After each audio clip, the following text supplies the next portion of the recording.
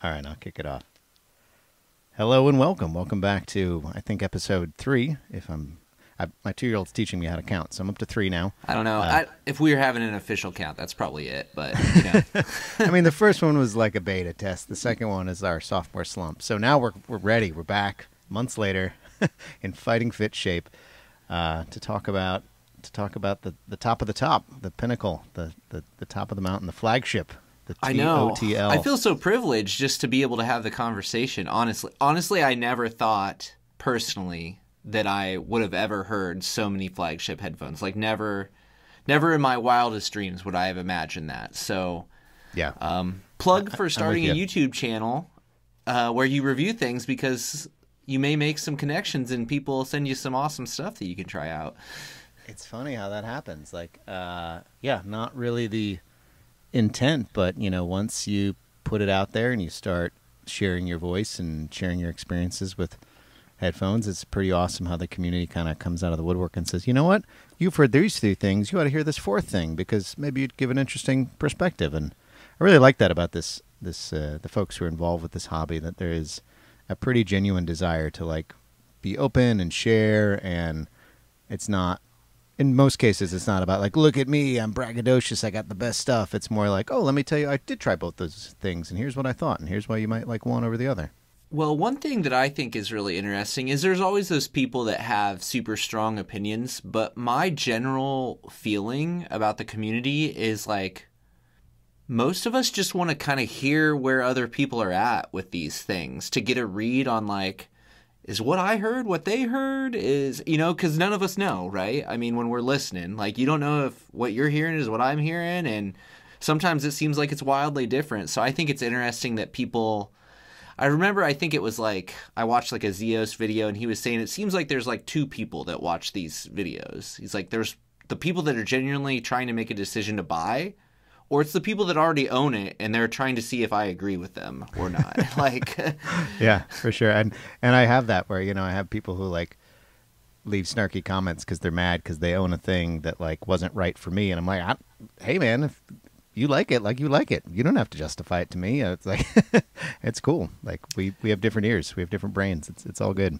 Well, and enter the whole reason for companies making flagships and different I mean, they don't all sound the same, right? I know that Steve Guttenberg, like, he's talked about this before, where it's like, if high-end audio could be objective, then every high-end thing would sound exactly the same. Yeah, I've thought about that. I think that's like a perfect way to phrase it. Like, in theory, if we all had the same tastes, same like wiring in our brains, same shape of our ear canals, same everything.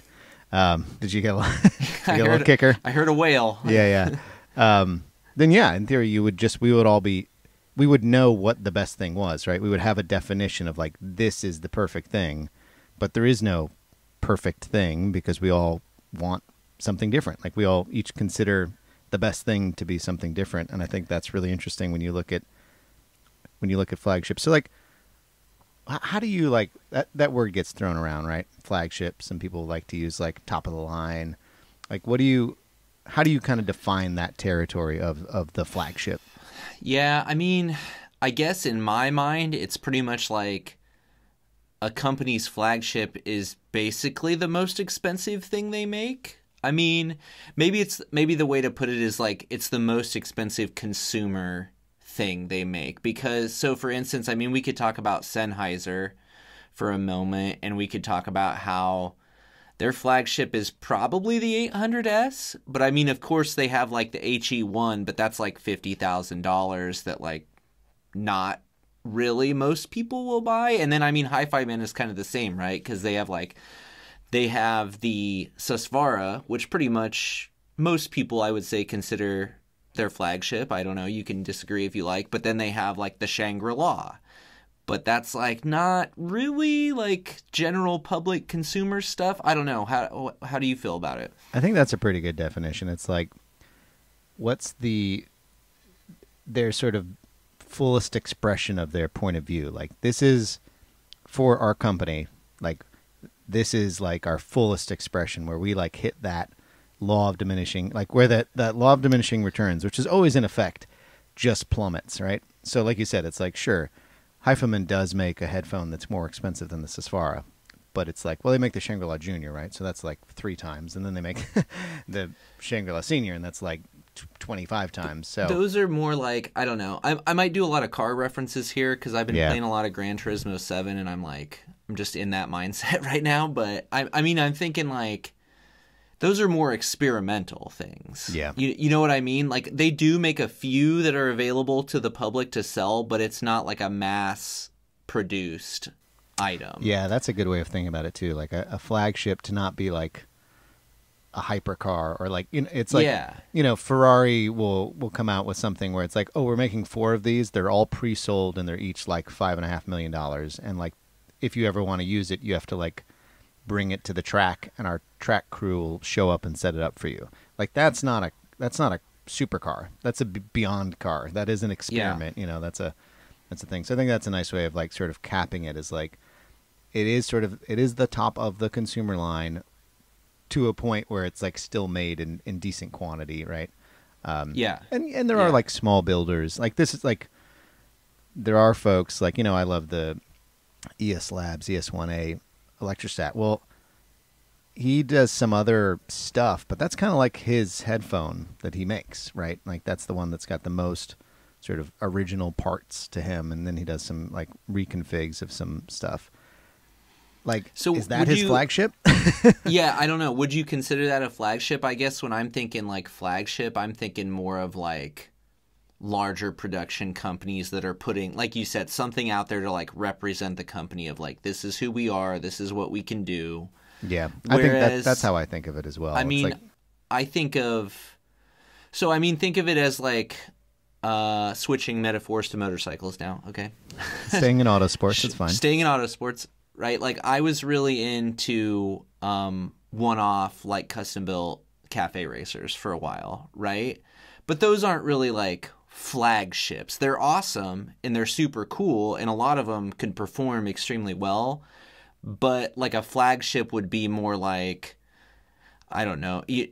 I mean, pick a company again, like a production motorcycle, like a Kawasaki, like the Ninja. I don't even know what they're up to now, like 1400 something. Sure. Right? That would be like their flagship, right? Yeah. As opposed to something that somebody like took apart and rebuilt custom. Right.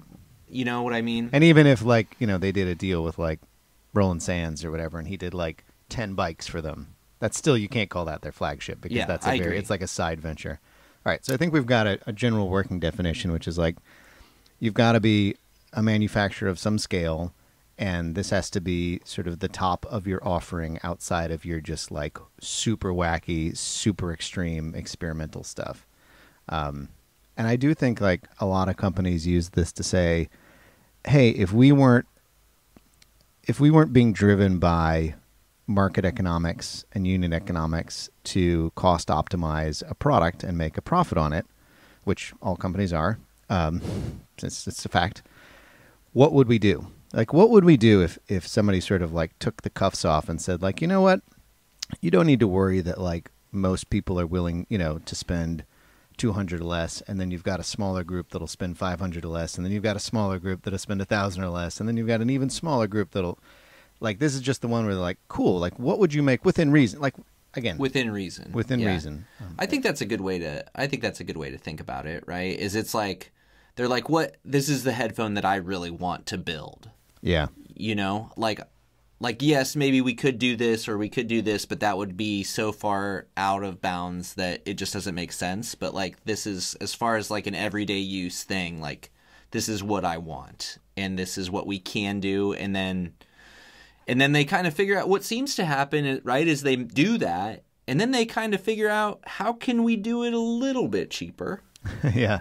And then, you know, like Hi-Fi Men, right, the Susvara, I think, is a great example of this. That's where they put their stealth magnets first. I guess I didn't fact check that, but that seems to be the general consensus of the history of stealth magnets.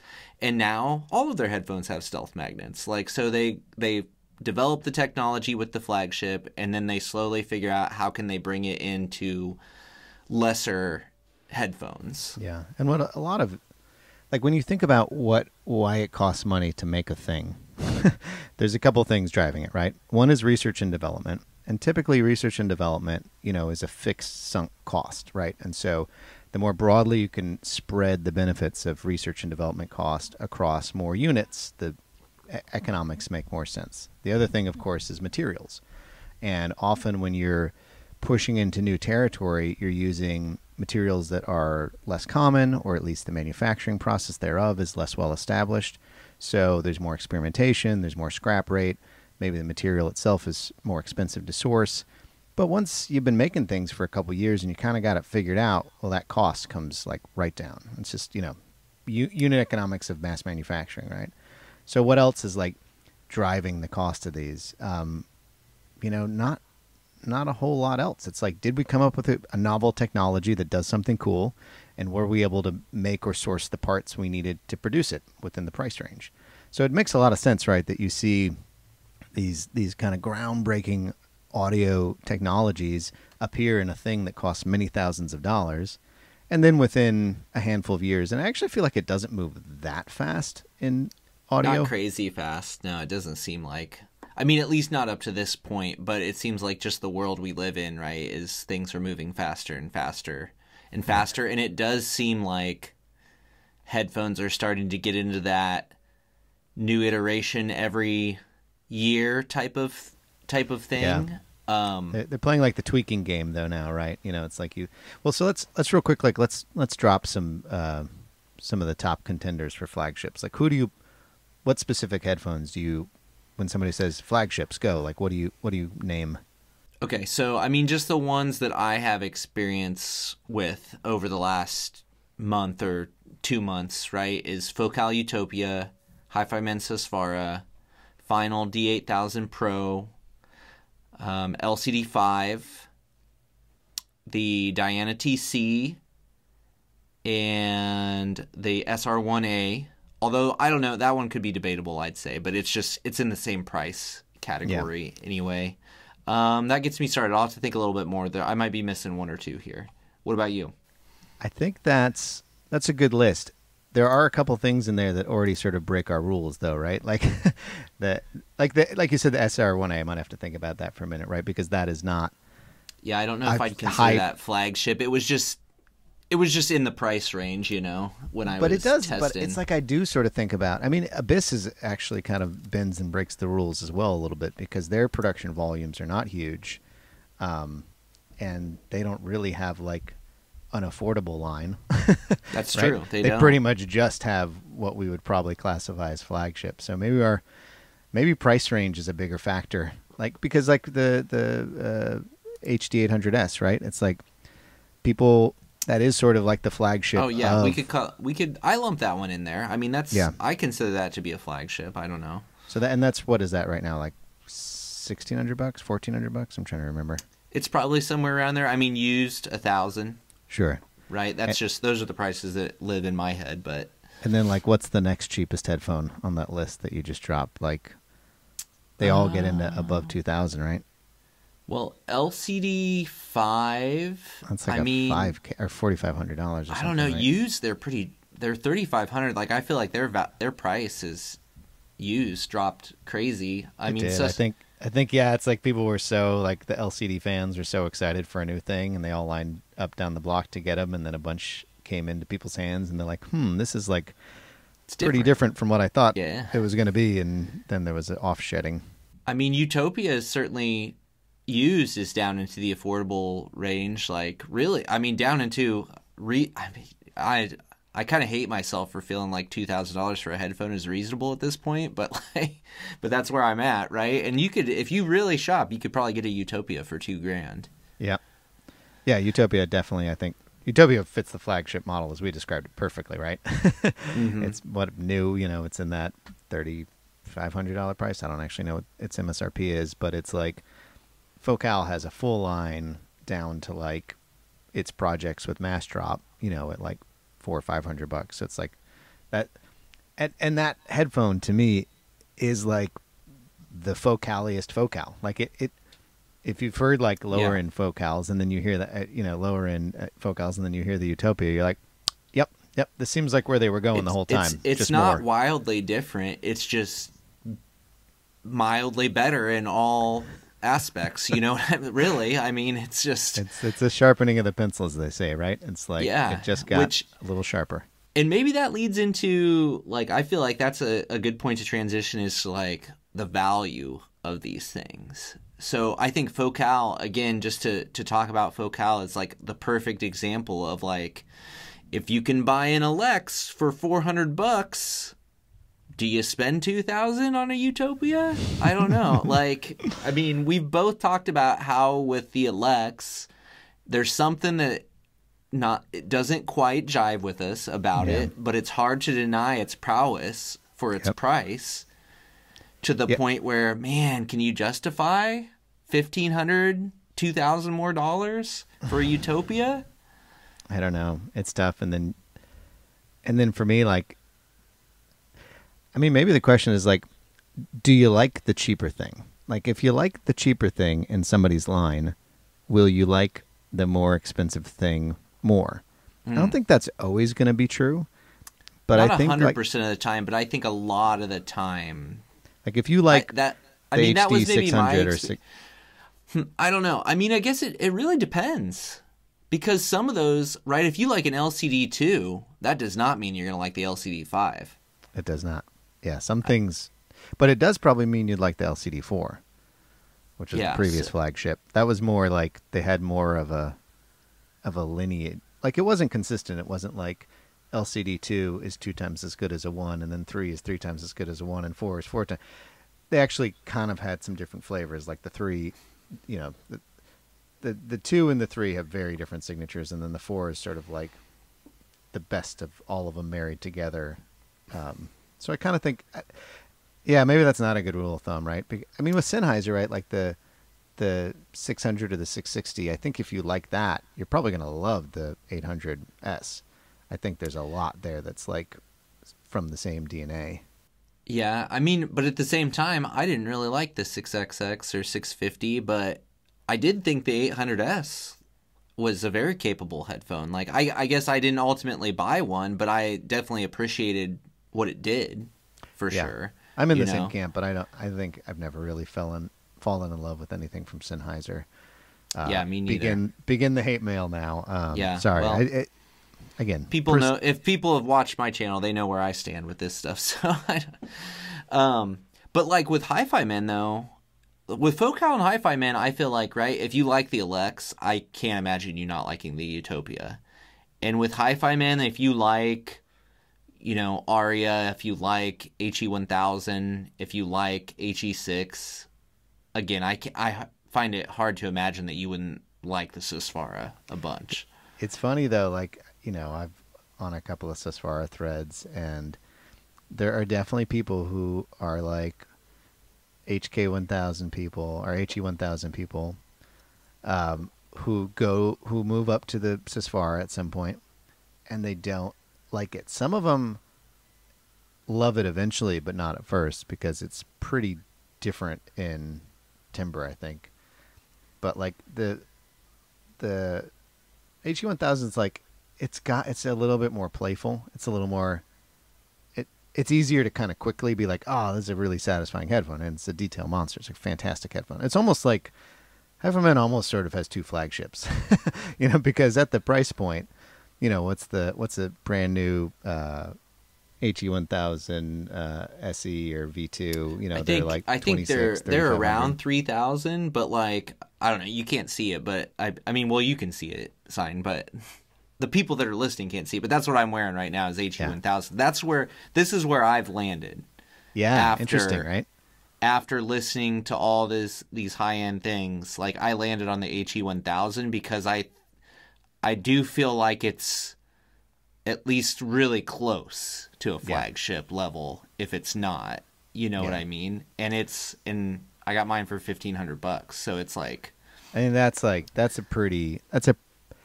in my experience, pretty great dollar per value in, you know, very high end headphones. Like, I think that's a pretty good sweet spot right there. Like, you're not leaving much on the table, if anything. I agree. Yeah, if you get into the 1,000, 1,500 mark, you're not gaining a ton, I wouldn't say, by paying another $4,000 or $3,000 or whatever. But that doesn't mean that I don't think those headphones are better. Like this, I love the Susvara, right? And you're a Susvara man, right? Oh, yeah. You own the Susvara. Yep.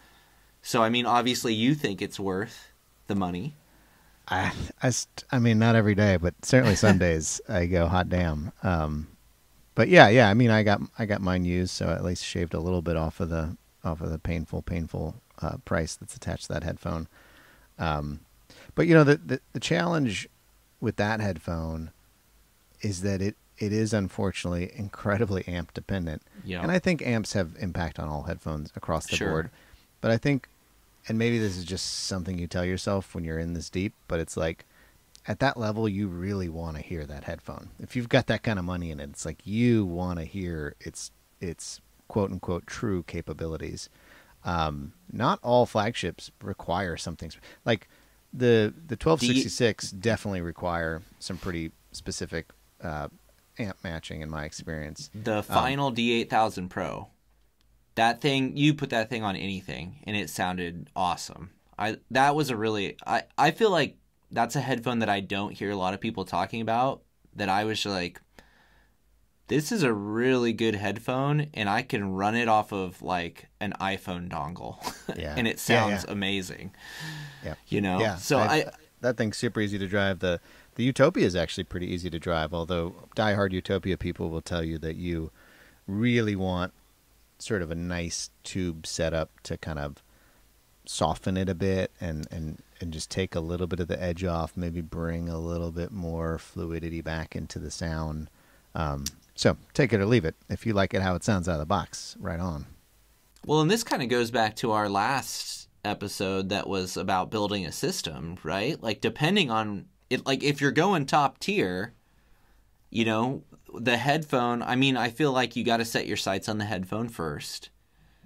So if you want a flagship headphone, right, you got to kind of know, okay, I want to buy this, but then I'm going to need what to drive it. And maybe I guess it just depends on how you want to go about it, right? Because the way I've gone at this point is I'm pretty much like around $1,000 for each piece. So headphones, $1,500, my amp is $1,000, and my DAC is $1,000, right? But you could go D8000 Pro with, you know, a Mojo. Yeah. You know, so I mean, I don't know. You could go about it so many different ways. It again comes down to like, what are you trying to get out of it? What do you like sound signature wise? But just to focus us back on flagships for a minute, right? So I don't think there's a huge amount of people listening to this podcast yet, but I imagine that some that are like, you guys are crazy. I'm never spending multiple thousands of dollars on my whole system, much less on a single pair of headphones. Like, who cares about flagships? They're just for like people who have lost their mind in this hobby or who have too much disposable income. And I think that's fair. But I also Totally think that they do serve a purpose, right? Because they are like that flagship, like they are that chance for the manufacturer to get new ideas into production, to get new processes and materials, to get that R&D out of the lab and into the field, and to get not only some revenue coming in to kind of offset those upfront costs of producing a new thing, but also to get feedback and to get like, I'm sure Odyssey has learned a ton from what came back from the LCD5, right? Yeah. Now they're very established that, you know, they're making things in huge volumes. I'm not too worried about them, but you know, you think about Abyss and how they've like responded to some of the feedback they get on their various headphones and how they're like pushing them in different directions to sort of satisfy different parts of the market. If they're not out there being made, even if they're not accessible to everyone, which I totally get, and I think it is kind of a ludicrous way to spend money, but you know, you do what you do. Like, what's the point then? And I would tell somebody like, I think it's great to hear these things, even if you don't want, like, even if you could afford it and don't want to own it or can't afford it or whatever. Like, it's been so educational to my brain to like hear these sort of singular voices from a company of like, this is what we're trying to get to. Like, you know, it's like going to shows, going to like, now that the like headphone shows are coming back, Can Jam and stuff. It's like, I think even if you're not somebody who's going to spend this kind of money on this hobby, but you're pretty interested in the hobby, it's cool to try to seek out opportunities to hear these things because they will tweak your brain. Yeah. You know, one thing that I'm thinking about as you're talking about that is you kind of think like the narrative is, right, you'll hear something like a Susvara and you'll have to have it, you know, or you'll hear something like that's top of the line and like you're worried that, well, now you've got to have that thing. I almost feel like it's been the opposite for me, in that like it's satisfied me in that I've heard it, but now I'm kind of living with just within my price range and I'm going, oh, I'm pretty close to that and I'm pretty content. Like I know what that much more would get me, but I'm like, I know what those can do, but what I have sounds really good. I think that's great. I've had a lot of that experience too, where it's like I've heard things and I'm like, oh, I don't need this. Like, this was fun to hear. Like, the 1266 has, for me, some of the most amazing bass performance of any headphone I've ever heard. It haunts me. It's so interesting. But after spending time with that headphone, I'm like, I don't think I would want to listen to this headphone that much if I had it. And cool, so I can like check that off the list, put that aside. And as I've gone through other flagships, there's been sort of something about them that's I'm like, you know what, maybe not for me, but I'm glad I've heard it. And I think that's what's kind of nice is not only is there what you were explaining, which is the like, oh, I've heard that thing that costs twice as much. For my brain, it's not worth twice as much. So cool, I can be very content here in my space. Yeah. And then there's this thing of just like, you're not going to fall in, like, you probably won't love all these things. I mean, they're not, they're not for everyone. Well, and I think that's a good point too, is it tells you, that money doesn't necessarily buy, the happiness, right? Like, you have to know what you want or what you like, and then you can spend money and it'll buy you some happiness. But like, but if you just blindly hop on a forum, you're new to the hobby and you're like, I want to drop $5,000 and get the best. Yeah. The odds of you ending up with something that you like really love is probably pretty small, honestly. I feel so worried when I see those kind of posts of somebody being like, okay, like they had like $100 headphone and they're like, you know what, I see all you guys. I just want to skip the whole madness and go straight to the end and just plunk down my money now and have a great headphone and skip the upgrade process. And I'm like, oh, I totally hear where you're coming from. But the likelihood that you're just going to get it right, that you're just going to get the one that you're like, yep, this is it. And maybe if you haven't heard a ton of stuff, you'll just get that and you'll be like, holy smokes, this thing is like melting my brain. Well, it's so amazing. True. And just stop. Yeah. But I don't know. I just, I feel like for me, it's helped me get off the hedonic treadmill of things. And honestly, I've been trying more cheap stuff now. I'm like, okay, I hear what the best can do. Like, now let me just try a little bit, like, spread it around and try a little more variety. And like, well, go ahead. No, I was just going to say, so I think, yes, well, we're like, you know what, flagships, you don't need them.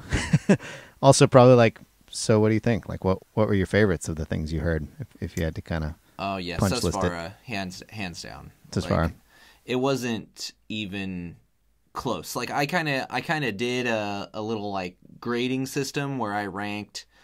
I think I had 7 of them on hand, and I threw in the HE1000s were in that, and my HE6 were in that too, because I was just throwing them in on like, in these different categories, how would I rank these for just my super subjective, right, like preferences, just to see where they'd end up if I did like some sort of like an objective point system type of a thing in it, and I just had something to reference.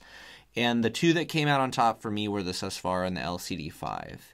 Susvara, just because I just enjoyed it so much, really, and I think it's comfortable and it matches my preferences really well. And the LCD5 just because I was really impressed with the performance of it. Yeah.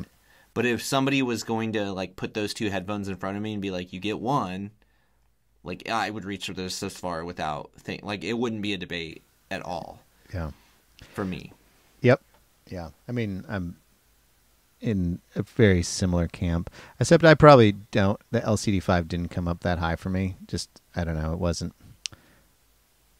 the sound signature of it. It wasn't that it wasn't a detail monster, and like you said, it's the performance of it's incredible, but just the timbre of it and the presentation for me was like, I don't know, it grated me. And of course the the phasers sort of like poking out. It's never my favorite thing. I kind of likened it, and again, to go back to our auto sports metaphors here, analogies, like I kind of liken the LCD5 to like a race car, right? Like it is, you're going to feel everything on the road, every bump, every rattle, every little thing you're going to feel. And like, it's honestly not super fun to drive that way all the time. Right. I think that's a good way to put it, right? It's like if you're trying to get a flagship because you want to have one headphone to rule them all, and that's what you go to morning, noon, and night, that's maybe put you in a different camp, versus if you're like, you know what, I want something that's going to give me just a very unique listening experience, that like I'm only going to pop these things on late at night by myself and just like zone out. And like then, maybe something like the 1266 or something is cooler because it's just more different, right? It just sound like you put it on, you're like, whoa, that's like very different from other things I've heard. And I guess the LCD5 had a little bit of that, where I was like, oh, this is different. It's got some intensity to it. Well, and I think too, if you're thinking the way I think, I'm going, if I'm spending this much money on a headphone, that's the one that I want to use a lot of the time, right? So comfort is a huge factor. And honestly, I didn't think a lot of those headphones were very comfortable. I didn't think the LCD5 was particularly comfortable. I didn't think the Diana was comfortable, right? The SR-1A I thought was just, it's not uncomfortable, but it's weird. Yeah, I feel like the MySphere and the SR-1A and some of these things that are just kind of outliers. Like I have a little trouble putting them in the flagship group as we've defined it. But I think they're interesting. We almost need to have another conversation about that, like the oddballs, the boundary pushers, the things that are in production but in a not a huge quantity, and are sort of trying to push a new tech or a new point of view. My point was just that comfort is a huge part of my listening experience, and like while I can tolerate something for short periods, if I'm just trying to like hear it and figure out where it sits, if it's not comfortable, it's just, I'm not going to keep it. It's pretty much what it comes down to, Yep. I guess the other sort of flagship elephant in the room we haven't really touched on is eStats. Yeah. Right, I don't have, so I was going to ask you about that, because I know that you just put out, I know you've talked about that one kind of, I don't know, what would you call that? ES Labs, is that correct? Yeah, ES Labs. That's the ES1A. That's like a boutique headphone. I'd put that. I'm going to put that in the category of like, yeah, boutique, custom builder, oddballs, and we could definitely do a conversation about that, because there's some great stuff in the world of like non-mass manufactured headphones that I think. But you have my point being that you have some good eStat experience. And I don't. And I know you've just had like the Stax 009s. I think you just put out like a quick take or something on that. So like, where do you think that sits compared to these other ones that we've been talking about? Yeah, I think that the eStat, like the top of the line Stax, are very often, put in the conversation of like flagships or, DOTL headphones, right? And it's often the 007 and the 009, not necessarily the square ones, the Lambdas, the L300, 500, 700. Although those are like not inexpensive and super awesome in their own right. But I think when the conversation of quote unquote flagship comes up, you don't see those as much. You typically see the Omega style, the big round Stax. And to that, there's also the Hyphaman Jr. and the Dan Clark Audio Voce, which are also sort of similarly priced, big, expensive eStats. It's interesting a lot, I guess. I was trying to think. When we think about flagships, there are a lot of big planars in the flagship category, but there are some dynamics, like the Focal Utopia, for instance.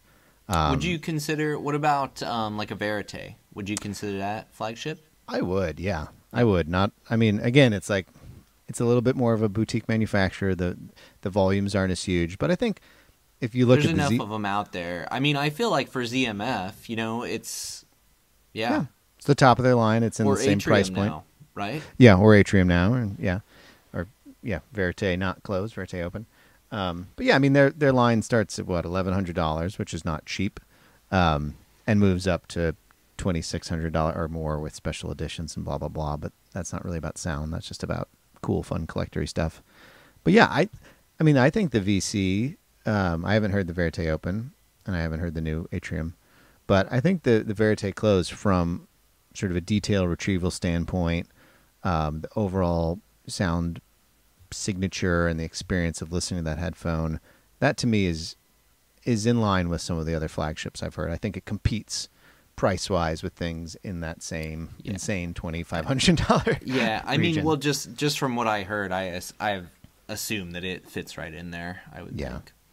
But back to your e-stats. So 009, Stax, amongst all these other ones we've talked about, is it at the top of your list, bottom of your list?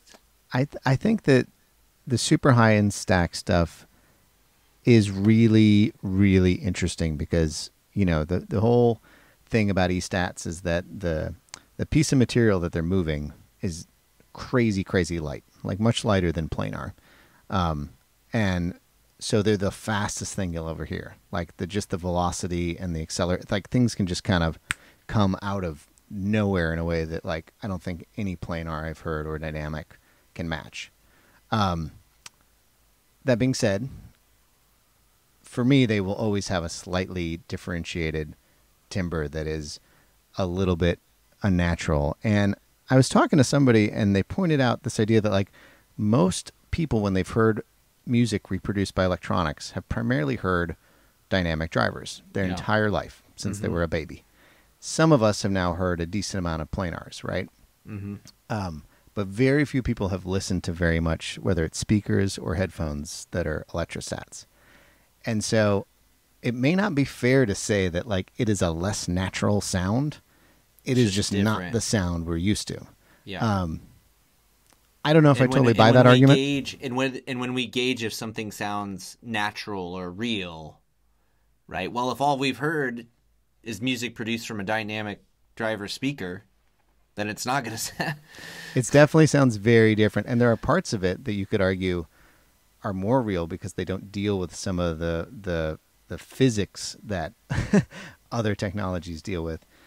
But I don't know. I say that to just put a grain of salt to like the, are e-stats inherently sort of a little bit wrong sounding or not? Also, like, it's like anything. You listen to them for like 2 weeks and you don't listen to any other things, and it'll totally rewire your brain. And then you go back to like a dynamic or a planar and your brain goes like, this is something missing. Something's not quite right. So, but where I sort of ended up, all that aside, is that I probably fall into the camp of planars. Like when you're at the flagship level, like I think that's the technology to me that strikes the best balance between being really interesting, having incredible detail, but also not getting into sort of weird, wacky territory that just sounds too disconnected from what my brain considers real. Yeah, I mean, I guess so. A few people pointed that out with my list as I was going through it, and the one thing that I really wish I would have had the Utopia on hand when I had the other ones on hand, which I had the Utopia about like a month before I had all those other ones. So I just know that I loved the Utopia, right? But I don't know how it would stack up next to these other things. And that would tell me, right, like probably the dynamic aspect of it is, do I really like planars, or did I just not have a high-end dynamic to compare to, to go with that? So I don't know. That's probably, honestly, it's funny to say that like the Utopia is one of the headphones that's like on my bucket list because I've already heard it. Mm-hmm. But now I want to hear it with the perspective of, and the experience of hearing these other top tier things. Yeah, for sure. I get that. And I think, again, it's like one of these things where if people told me they heard a Susvara with this or that amp, I'm like, did you hear Susvara? And I think there's a little bit of that too with the Utopia. It's like, did you hear it was like some two-way threes or like a nice tube setup? Like, then did you really hear it?